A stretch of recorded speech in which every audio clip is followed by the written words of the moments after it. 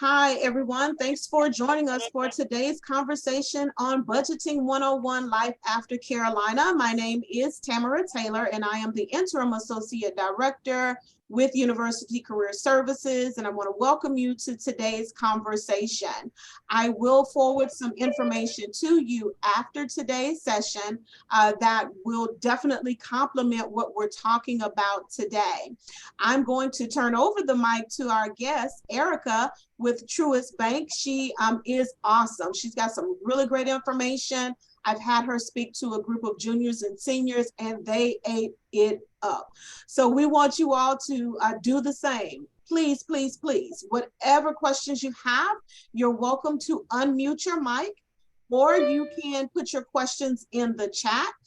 Erica wants to ensure that she helps you all prepare for life after Carolina and today, right? So we don't want to wait till then. We want to start the mindset today. So Erica, we're going to turn it over to you, and thank you for joining us. Of course. Thank you so much, Tamara. Hello, everyone. I hope you guys are doing very, very well today and have had a really awesome week so far. So as Tamara said, my name is Erica Vasquez. And basically, I work for Truist and I oversee the financial wellness program at Truist. And honestly, I absolutely love it because I get to hang out with you guys and share all these financial resources. Today, obviously, we will focus on budgeting. But I am so excited to share all of these resources for you, tons of tips to help you budget for and reach those financial goals that you may have. So as I mentioned, I do work for Truist, and our purpose at Truist is really to inspire and build better lives and communities. And again, I get to do this with the role I'm in by talking to each and every one of you, sharing these resources that we have, and just letting you know that we are there to help answer any questions that you have today. And you can also go to a local branch.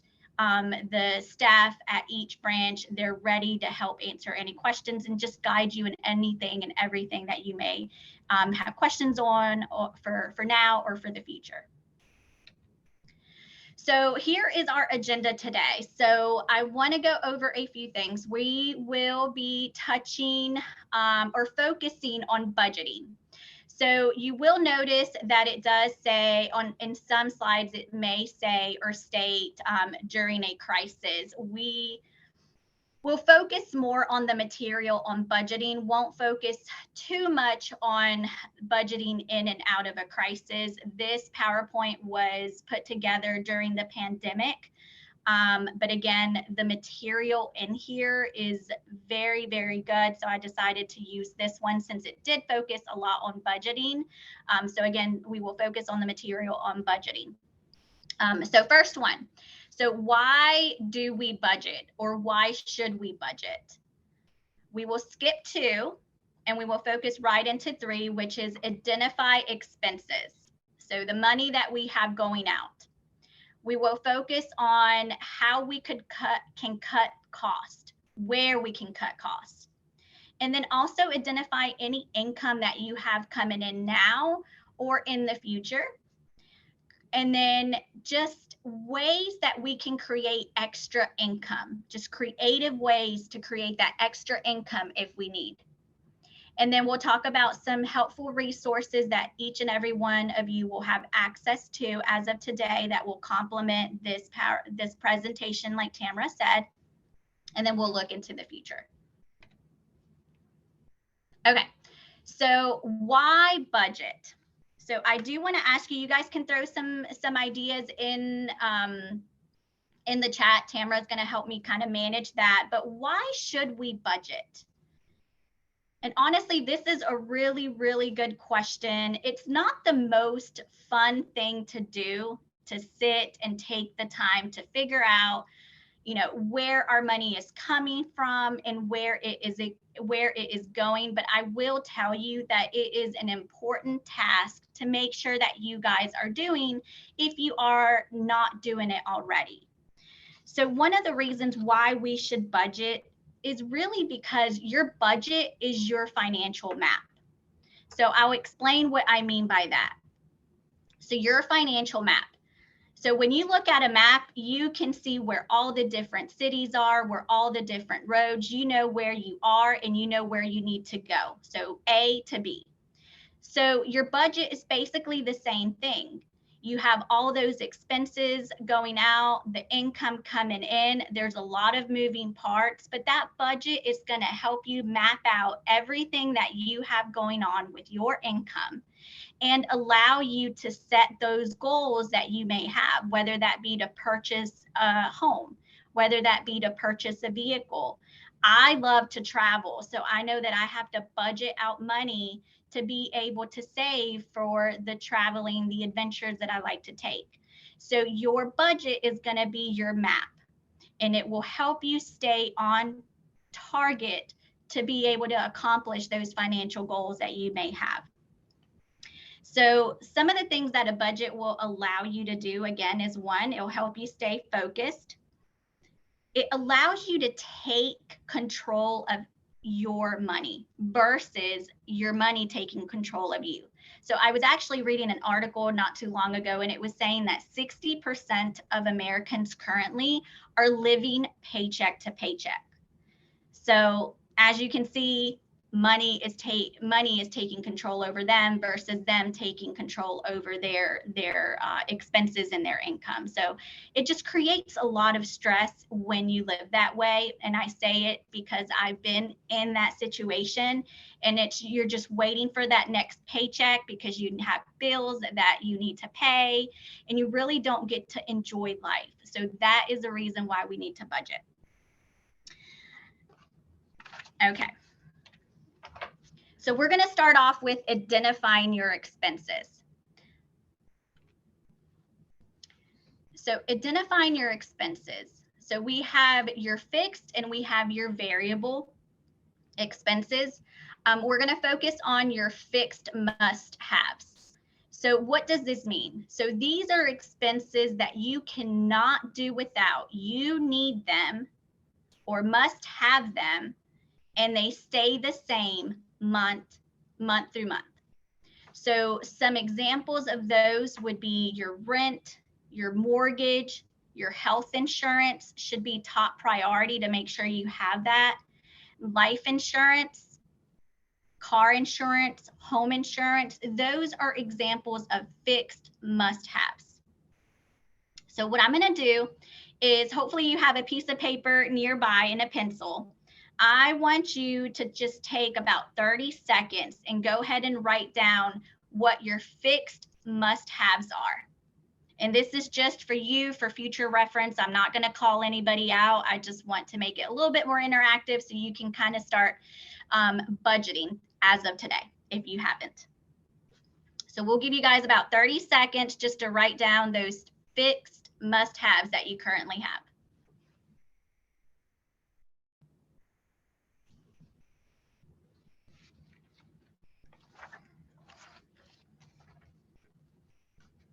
And later on, I am going to show you an example of a budget. I'm actually going to use my personal budget.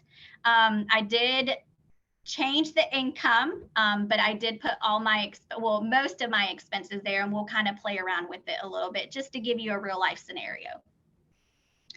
Okay, so hopefully you had a little bit of time to write down your fixed must-haves. So what we're going to do next is we are going to talk a little bit about your variable must-haves. So I will give you a tip. So me personally, I like to budget monthly, but then I also have a check-in every time I get paid. So my husband and I get paid on the 15th and 16th of every month. And then, my husband gets paid on the 6th and the 21st, and then I get paid on the 15th and the last day of the month. So as you can see, I do at the very beginning, I know how much income I have coming in and all of my expenses, all of the expenses that I have to have or I have to pay. So I know how much money I have left over, but then every paycheck, I review my budget, and I'll talk a little bit about that later on when I show you my budget plan. So we're going to talk about variable must-haves. So variable must-haves are basically expenses, again, that we cannot do without, but they vary in the amount. So unfortunately, electricity can vary month to month. It just depends on how much electricity you use that month. Some of you guys may have to pay for gas. We all probably have a phone. Groceries is a must-have. We can't survive without food, right? But there are ways to hopefully reduce that, and we'll talk about that a little bit later on. And then gas for car or transportation expenses are also your variable must-haves. For any of those that have children and you work, you do need childcare. And it's a huge realization when you get out there and you realize how much childcare costs. I am so thankful I have my mother.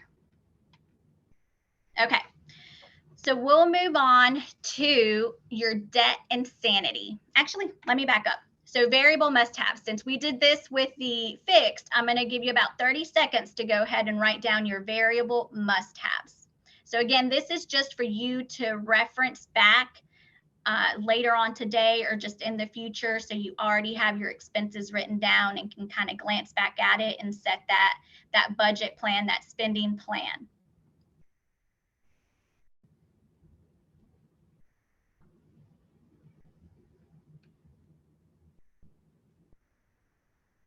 And Tamara, do you have anything in the chat, or are we good right now? We're good right now. Perfect. Okay, so we're going to move on to identifying your debt and your sanity. So what do I mean by this? So some of us have some debt. So that could be a car loan, any student loans. You guys are currently at UNC Chapel Hill. We may have some student loans. We also may have some credit card debt, a personal loan. I had some clients when I worked in the branch that sometimes they just needed that emergency $1,000 personal loan to pay for something that happened unexpectedly, and they just didn't have enough money saved up. So just a small personal loan or a bigger personal loan. Those are just some examples of debts, but you want to make sure that you're tracking those as well, because we again need to know what all of our expenses are.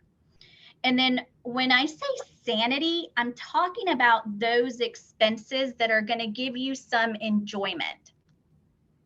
So it could be your Starbucks coffee in the morning. It could be that you go out to the movies once a month or once a week, just to make sure that you're making things fun. We don't want to cut everything out that is not a must-have. We still need to enjoy life, because if not, budgeting will not be fun at all. So we want to make sure that we do set aside some money for sanity expenses, and obviously depending on how much money you have left over between your expenses and your income will allow you to know what you can afford when it comes to your sanity expenses. So I like to compare your sanity expenses kind of like a diet. You know, we can all say we're going to eat a lot, eat healthier, but we always need that cheat day just to kind of reset. So those are what the sanity expenses are for. So we'll give you about 30 seconds as well, just to kind of list those debts and go ahead and list that any sanity expenses that you may have, anything that you do for fun.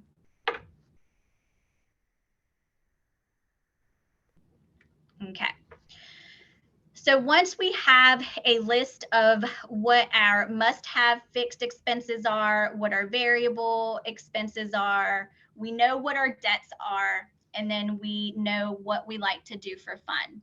So this is going to be up to you on how you do it. So you can list and do your budget weekly. You can do it monthly. You can do it yearly. Me personally, yearly would be just to kind of like a checkup to see, okay, this year I'm going to be making X amount of money. I know these are my fixed expenses, and kind of have an idea on how much money you should have left over once you take out all of your expenses, So you can kind of set a plan on if you're planning on a big trip, if you're planning on saving. I know every year I do a budget and I tell my husband, okay, this year we should try to save this amount of money, so we can go ahead and start planning for it, and we know how much we have to save weekly, how much we have to save monthly. That's just an example of yearly. But again, it is going to be what works for you, whether you do it weekly, whether you do it monthly, whether you do it yearly, or you can do all three.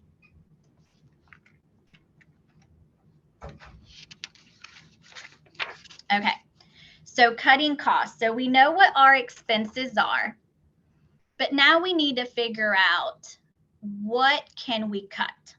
So what I'm going to do here is I am going to share you my budget spreadsheet. Tamara, can you see it by any chance? Yep, I can see it. You can? Okay, perfect. Because I can't see it on mine. I can still just see my PowerPoint. Okay. So this is, like I said, I adjusted my income because I'm not going to put how much we make, my husband and I. So I adjusted that. But my expenses are pretty much here. So this is what we have. So we pay $1,469 for mortgage. We only have one car loan at this moment, which is $410 that we pay out. Bills and utilities for electricity, we pay around $250 monthly. Water, $45, cell phone, you can see my internet, security alarm, our auto insurance. I don't have anything under life insurance disability because all of that is comes out of my paycheck pre-tax for myself and my husband. So we don't have to worry about any of those expenses because they're already taken out. The income that I put here is basically just an estimated income for somebody that gets paid about $18 an hour.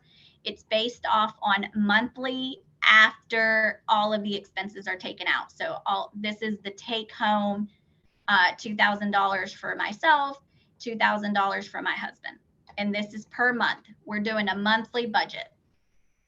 So I normally try not to go over $500 when it comes to groceries per month. That means that I budget myself $125 per week. And what I do there is I search for deals, like what's on sale this week at Food Line, because I shop at Food Line.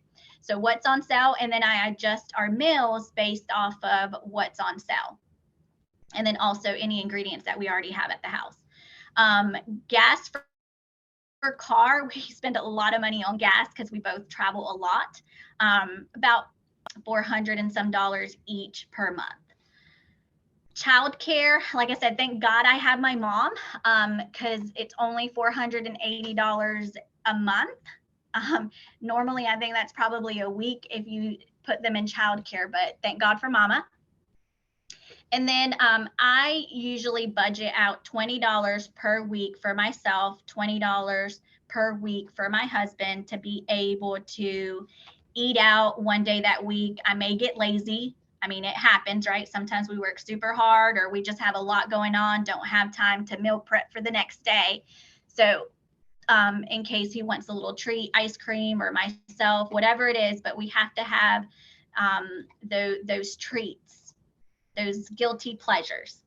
And then our subscriptions such as Netflix, Windstream, $45. So now we're going to go up here. So we know what our expenses are. If you can tell, that already is $4,718.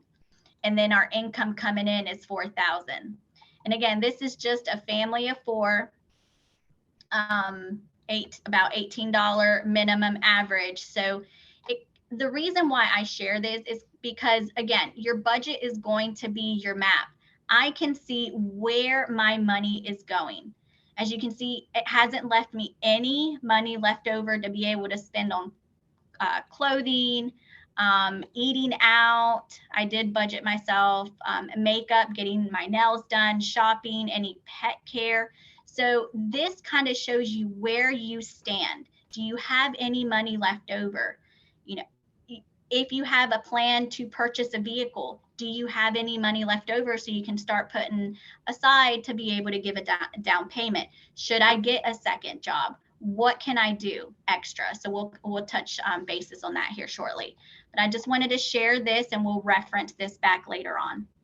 Hey, Erica, I have a quick question for you, and I don't want to get ahead of your presentation, but yes, of course. In using your expertise and experience, where do you see typically the challenge area for young people who are just leaving or just graduating college, have that very first job, and they're trying to understand how their money should work for them and not against them? What is there a particular area that you commonly see that that you can share with us to kind of bring that to the students' attention?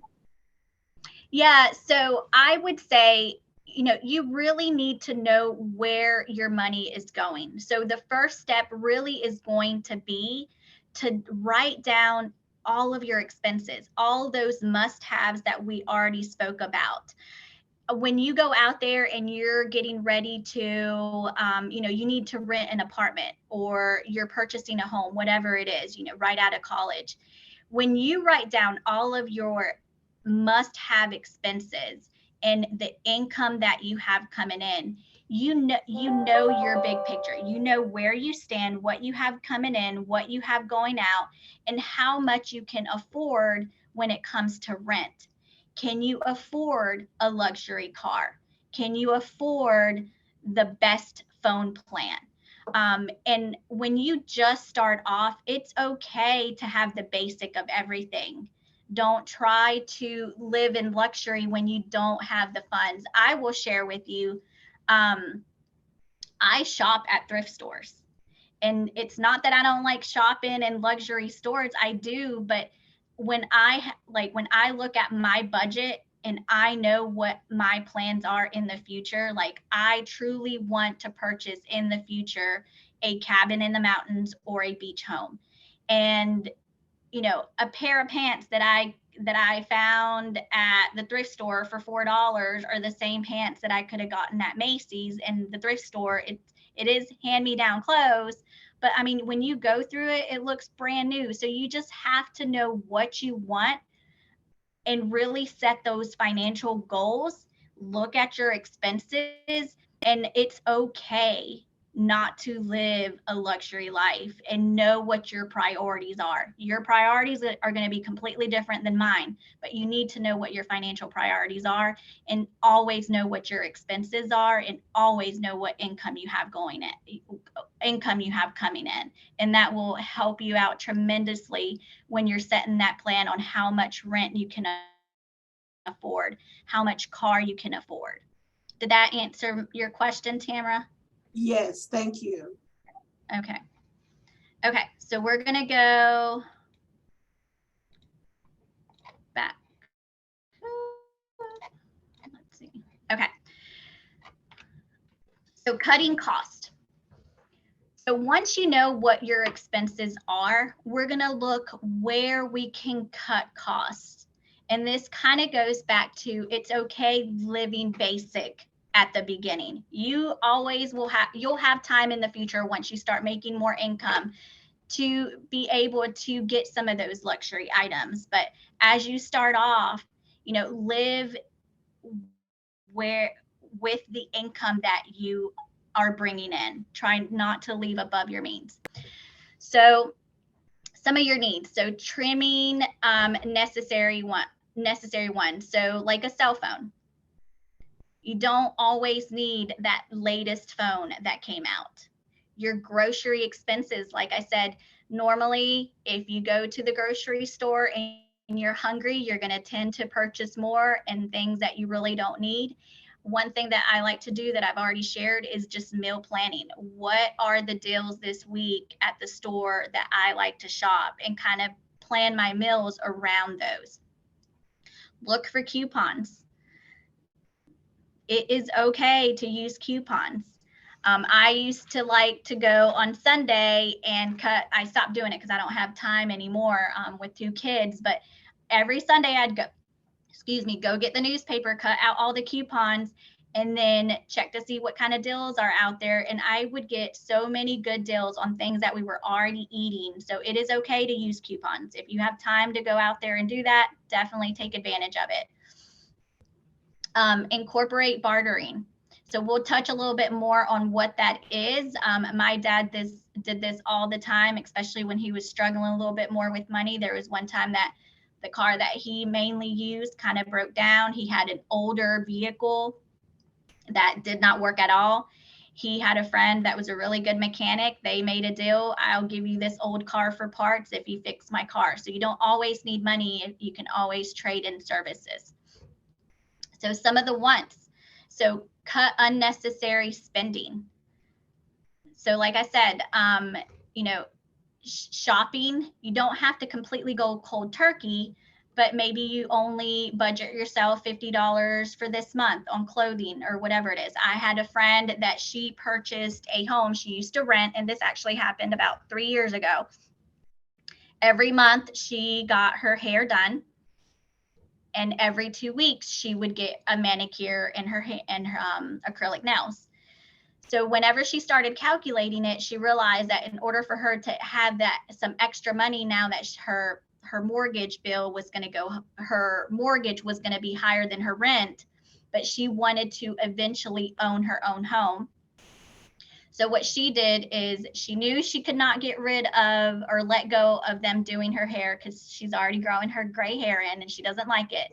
So she no longer does her nails. So that was one of the unnecessary items. Yes, it was a want, but it was an unnecessary item that she didn't really need that she got rid of so she could save that in case unexpected things happened in the future. So just to be able to still save the same amount of money she was previous to her purchasing a mortgage. So just taking inventory of automatic payments. So what do I mean by that? So sometimes if you're not checking those statements, this happened a lot with our clients in the branch. They were not checking their statements, and sometimes they would have automatic payments for things that they were actually services they were actually not using anymore. But because it was an automatic payment, they would completely forget and they were continuously coming out. So just make sure that you're constantly checking your automatic payments and your statements.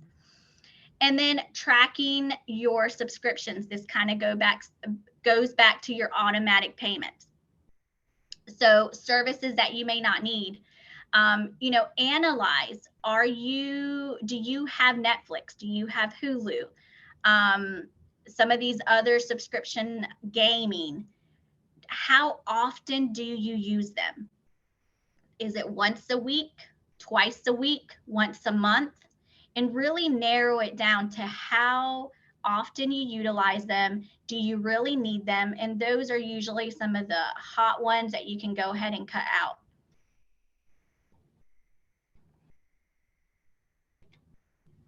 Okay, so back to the phone. Get the basic least expensive plan that is out there. As long as you can receive calls and you can call, that should be good to go, especially right now that you guys are just starting off.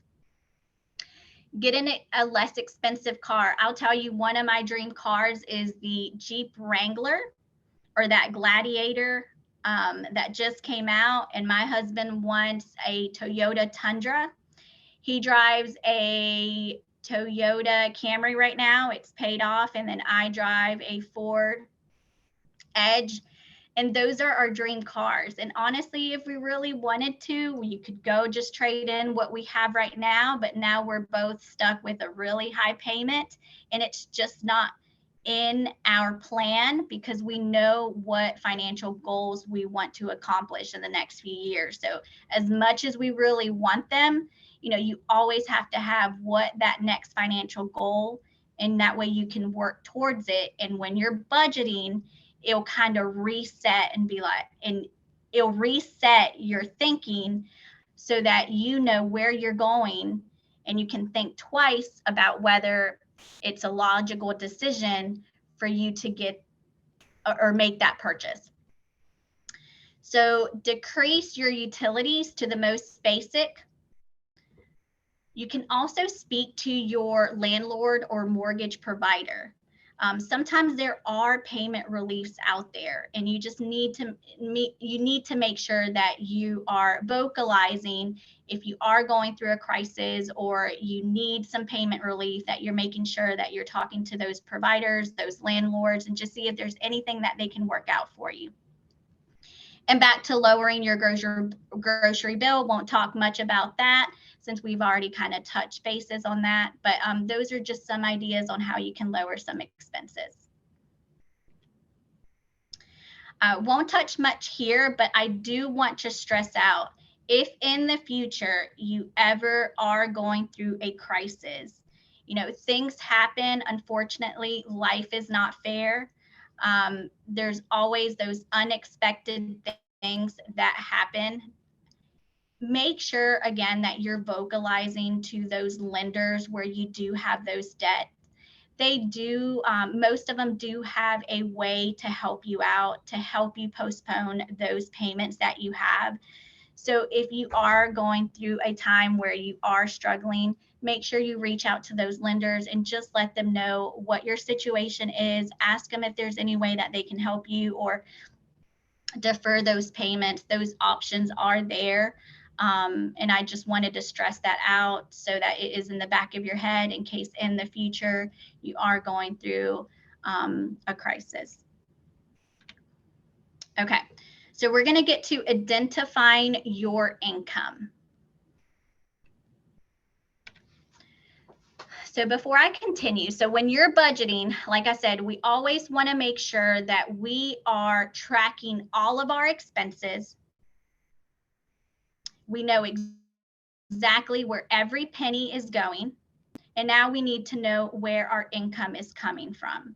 So do we have regular income? Do we have part-time, or just here and there side hustles, side jobs? Okay, so let's say that you have your regular income and it's just not enough for the expenses that you have or for those extra goals that you may have for the future. So some of the ways that you can create some income is grocery stores. So getting a second job, it does not hurt at all. I have a coworker here, I think Tamara, I've shared this in the past. She works for Truist, but she had a particular goal. She was going to get herself a new vehicle. She wanted to pay for it in cash, or at least most of it in cash. So she works on the weekends, and that weekend money is actually for her vehicle. And she just recently bought her vehicle, and she did manage to pay most of it in cash. So you just need to know your goals. You need to know where what your expenses are, and you need to know what your income is. Again, budgeting, so you can set that plan and you can reach that goal. So creative income creation, grocery stores. You can also do some online learning organization. So if you know a second language, you could possibly teach that second language. I have a friend that utilizes, she hired a remote instructor to teach her daughter piano lessons and violin lessons. So those are an option as well. Shipping and delivering companies, especially right now, UPS, FedEx, during the holidays are a little bit more busy. And you can also reach out to friends and family. Right now with fall, raking leaves, cutting grass, those are just some examples of how you can create some extra income.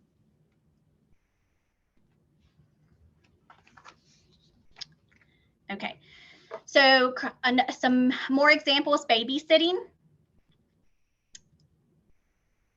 And again, grocery stores, virtual tutoring, cleaning services are some really good ways to create that extra income. Selling possessions. So let's say that you do not have time to be able to do some extra side work. If you have any possessions, if you have an extra car or some electronics that you don't already utilize, that you don't utilize anymore, you could also host a yard sale. Things that you are just not using anymore that somebody could find value of. And then we're going to go back to the barter. So cash isn't your only currency. If you have a service, like I said, if you're bilingual, you could teach somebody that second language for something else that you may need. The example that I gave you of my dad, where he was really, really struggling and he didn't have that extra cash to be able to pay for his car to be fixed. And he traded an older car that just didn't work anymore. So those are just some examples of how you can barter, just skills and talents that you have that somebody may need that you can utilize. And then obviously we're going to go and total up all of that income that you have. And again, you have the option to do it weekly. You have the option to do it monthly as well as yearly. It just really is going to go back on what's going to work for you to be able to set those weekly, monthly budgets. What works for you? And then identifying your budget. So here, what I wanted to do is I kind of wanted to go back to my budget. So once you know what your expenses are and what your income is, you're going to know if you have a deficit or a surplus. So do you have more income coming in than expenses going out, or do you have more expenses than income? And that will help you determine what that next step is going to be. So we're going to go back to my little budget here. And we're going to mess around with it a little bit. So obviously, if you can tell, we put in all of our expenses, our must-haves, and our income. If you notice, it's showing that our budget is negative.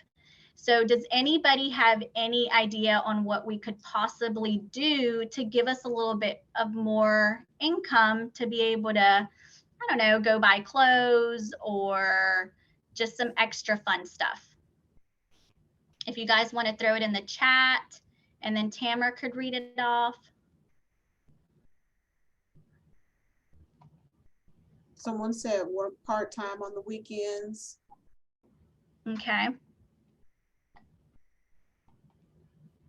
Any other ideas?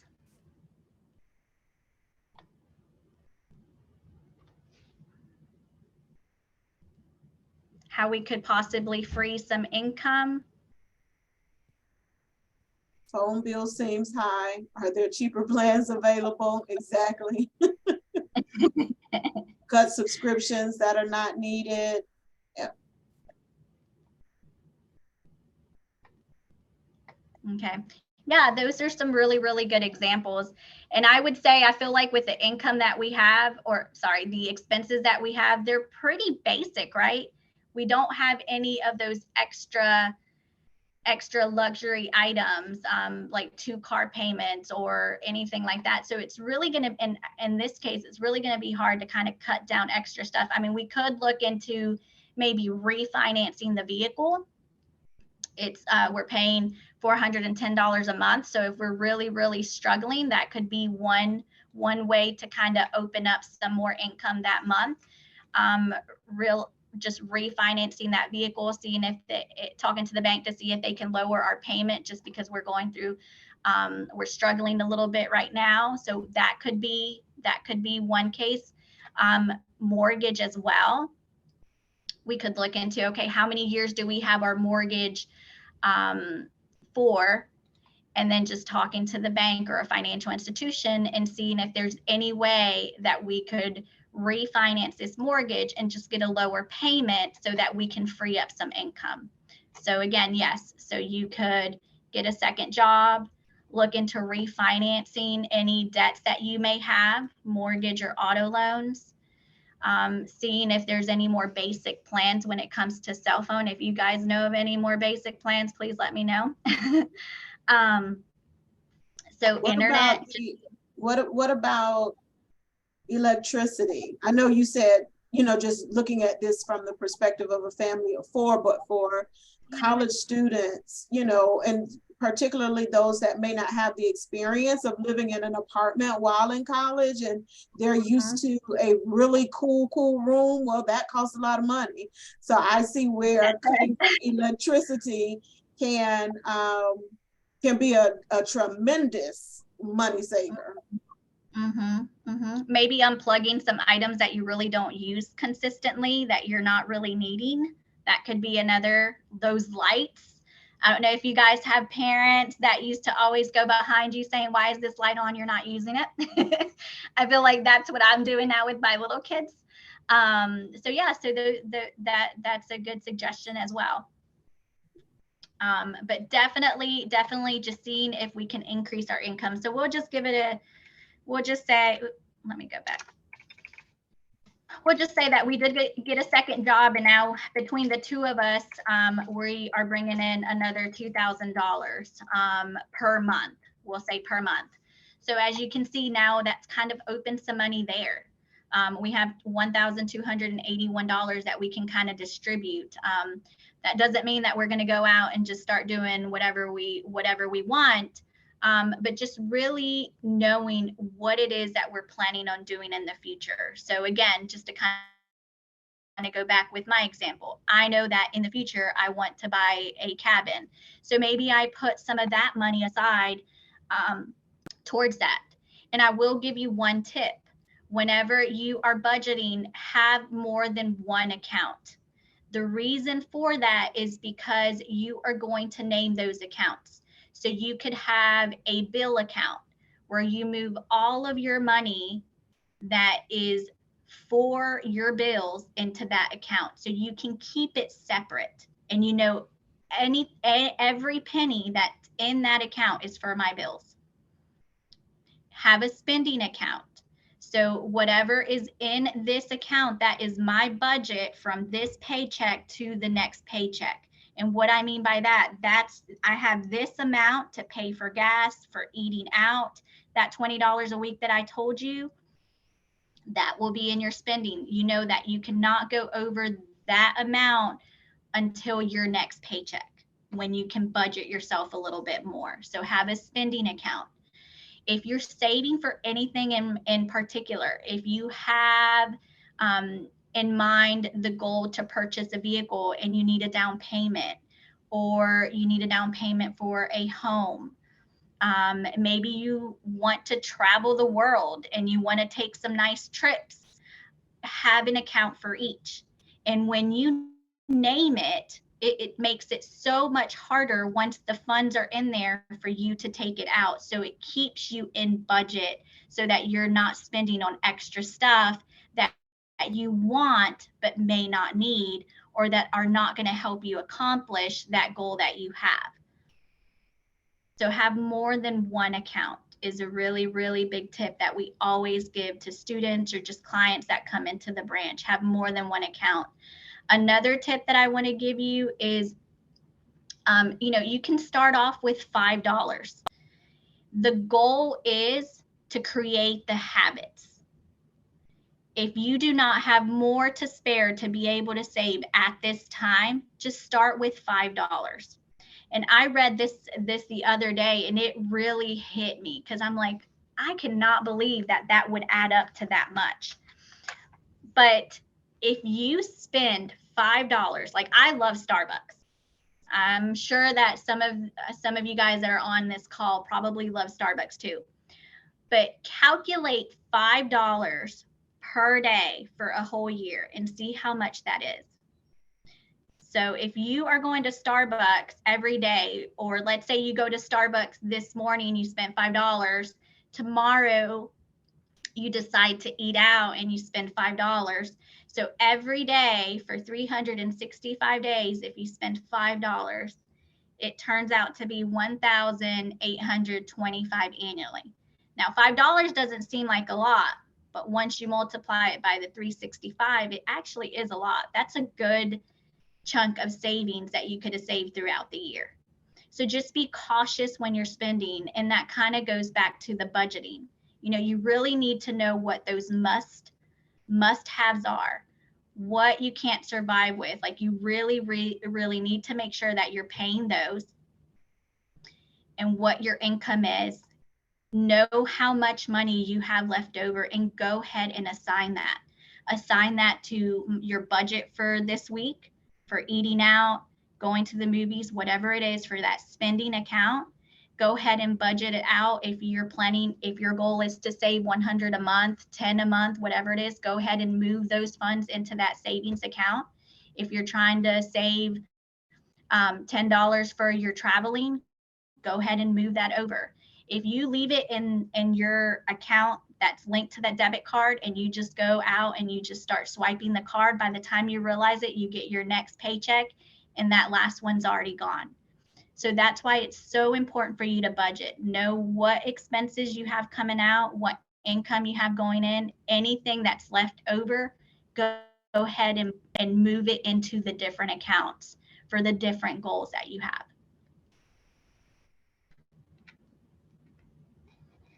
Okay. Okay. So what I want to share with you is we have a website. It's called our Money and Mindset website. So in this website, it is completely free for each and every one of you. You can scan that QR code, or you can just Google Truist Money and Mindset website. There are tons of tips and resources there. There is that worksheet that I just shared with you, the budget worksheet. You can download that worksheet and utilize it yourself. Let me go back to it. So this worksheet right here, it's already completely programmed. As you can see, as I adjust the numbers, it adjusts your budget up on at the top. This is available for you guys. You can go on there. You can go to the section where it says taking control of my money. You'll scroll about halfway down and you'll find the link to the worksheet where you can download it and utilize it. There's some more tabs down here that you can utilize as well that I didn't really touch. But let's say that for Christmas, we're just going to say 2,000. I do not spend 2,000 on Christmas presents, but we'll just say 2,000. That's the budget. So it's telling me that I'm going to need to save $166 every month to be able to make up that 2,000 that I need for Christmas. And then it actually it throws it into your spreadsheet over here. And as you can see, everything is already completely linked and programmed for you. So you guys can mess around with it, utilize it to help you budget and reach those goals that you have now or that you'll have in the future. It breaks down your expenses on how much you're spending on different categories. And then it also graphs it out for you. So take advantage of this worksheet. Take advantage of this money and mindset. There's podcast in there. We're constant releasing new podcasts. If you're always on the go, tons of podcasts that you can listen to. There's information on there on credit. If you're trying to build credit, I know most of you guys are really young and you're just trying to understand maybe how to build credit, what goes into building your credit. There's a whole section on credit as well. So those are just some examples of what you can find in that Money and Mindset website. And then do you guys have any questions at all?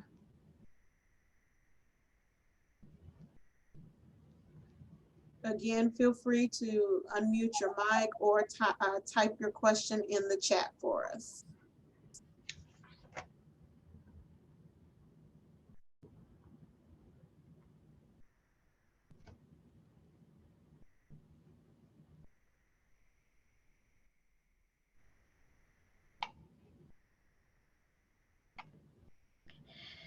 Well, I just want to thank you guys so much. I really appreciate it. I hope this was helpful. Definitely check out that Money and Mindset website.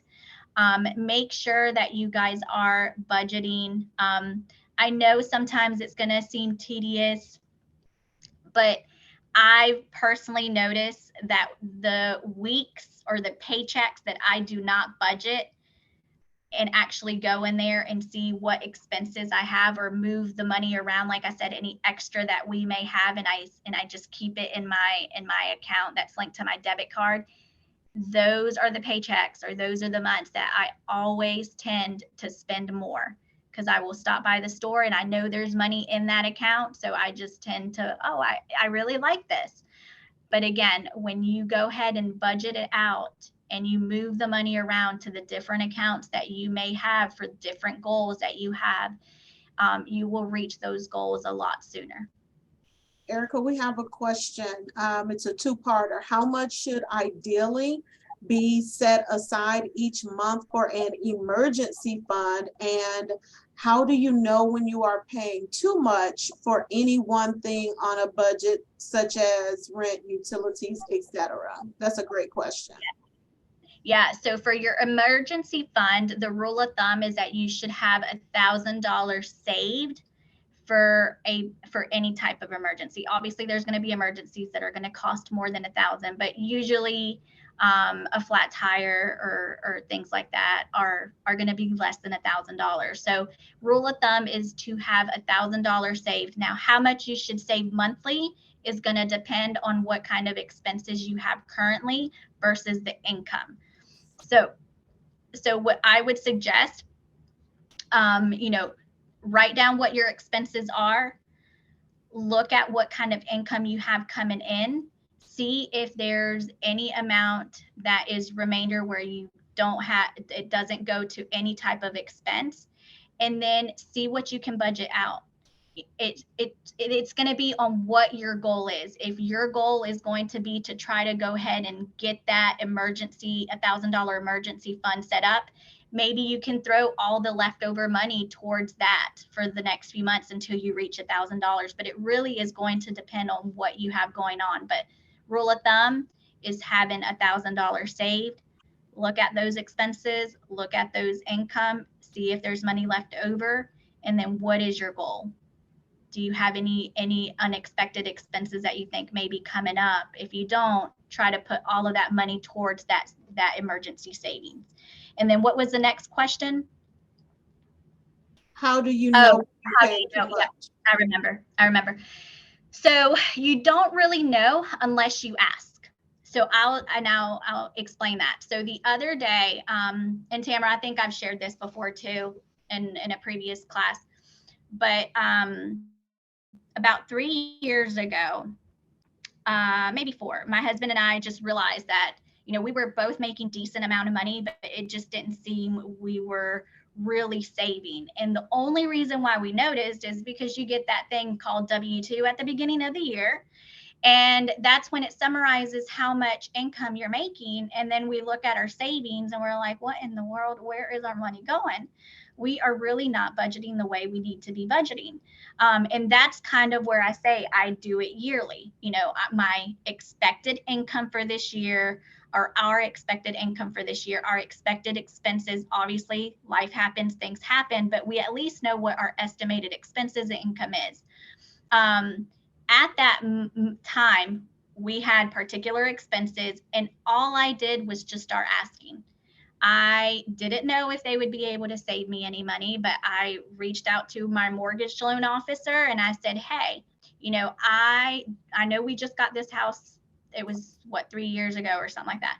I'm like, can you look at our house and just see, is there any way that you can, just save us money?